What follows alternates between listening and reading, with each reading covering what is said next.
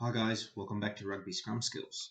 So today I've taken a bit of a turn on what I usually look at. I'm actually looking at an amateur game from a mate of mine in the UK that sent me through some footage for me to have a look at.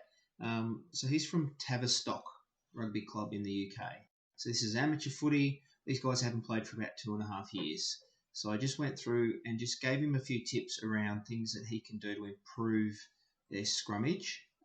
They won the scrum, they scored the try from it, which was really good. But I just pointed out a few little things that he can get his boys to do that'll really improve on their scrummaging. So I hope you like the video.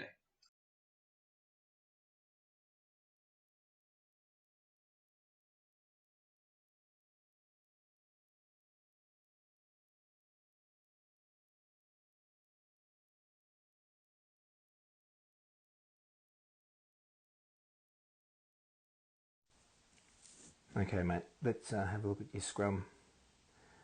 So just for me, for the startup, is your tight head on this side here. He's sitting back here on his locks. Okay, he needs to have his balance better. So his inside foot back, and he should be able to hold his own weight without sitting back on the locks. That will just help him move quicker across the space. Okay, so once he goes down, he hasn't moved his feet yet, so that tells me that all his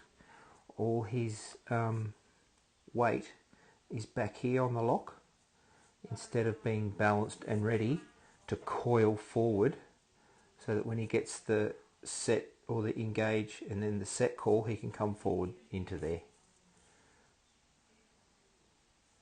Okay, he still hasn't set his feet yet,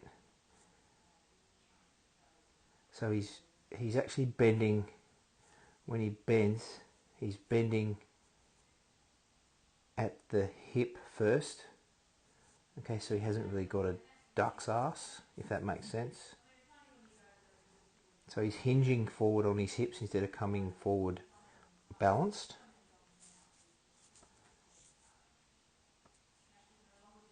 So if we watch him, so even there he's still, and for me, I like my prop. This is a no-go. Hands on knees, never at scrum time, never at line outs. It just gives the opposition an opportunity to really act quickly. So if he actually got his hand up, brings his hand up, so he's up, his hands above his ear, so he can come straight across and hit that bind really quickly. Okay. Because now what's happened is their loose head, even though he's out of balance as well, he's underneath. So his shoulders are here. So if he comes in, he's underneath your prop, which is not good. Okay, where if your guy was balanced and his feet were back, that would drop. He could then drop his chest without losing his balance.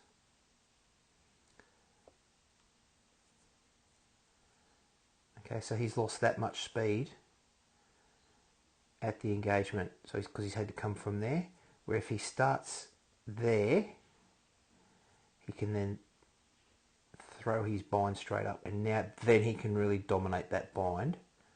And he's had one go, two goes, he had two goes at the bind, where if he's got his hand up ready, he's going to win that engagement at the bind. Okay, and then he starts to move his feet. Okay, so for me, if he's got his feet back and his weight balanced forward, once he gets that bind on as he's got here, this bind here, he can then transfer his he can start building pressure through the bind, so he can start forcing that loose head away from him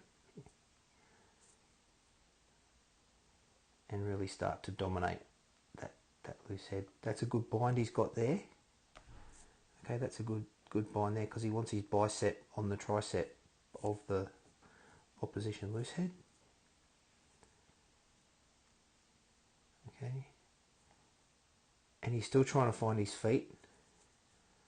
Okay, at the back, he's still trying to get his feet. He wants his feet parallel once he's into that engagement. His feet need to be parallel. Okay, he's still moving those feet around a fair bit there. And then all he does is just drive forward. He can drive forward with his hips first and then his chest. So hips first, and then that'll push his chest through. And because he's already got that, once he's got that prop, the opposition prop doing that, where he's facing in like that, there's a couple of things he can do. He can just continue to drive straight and just readjust his bind, and he'll go right through that. But wait for the feed. Once the feed's in, he just drives straight. So that's really good, they're staying straight.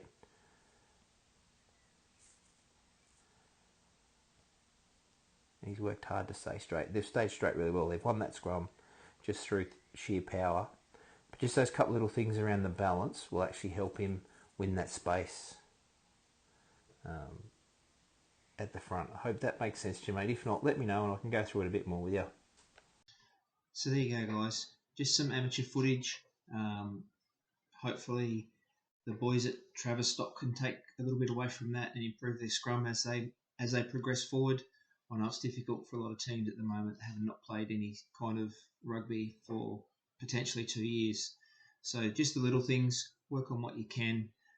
If you haven't already, subscribe to the channel below, give it a thumbs up, hit the bell so you get all my notifications when they come out.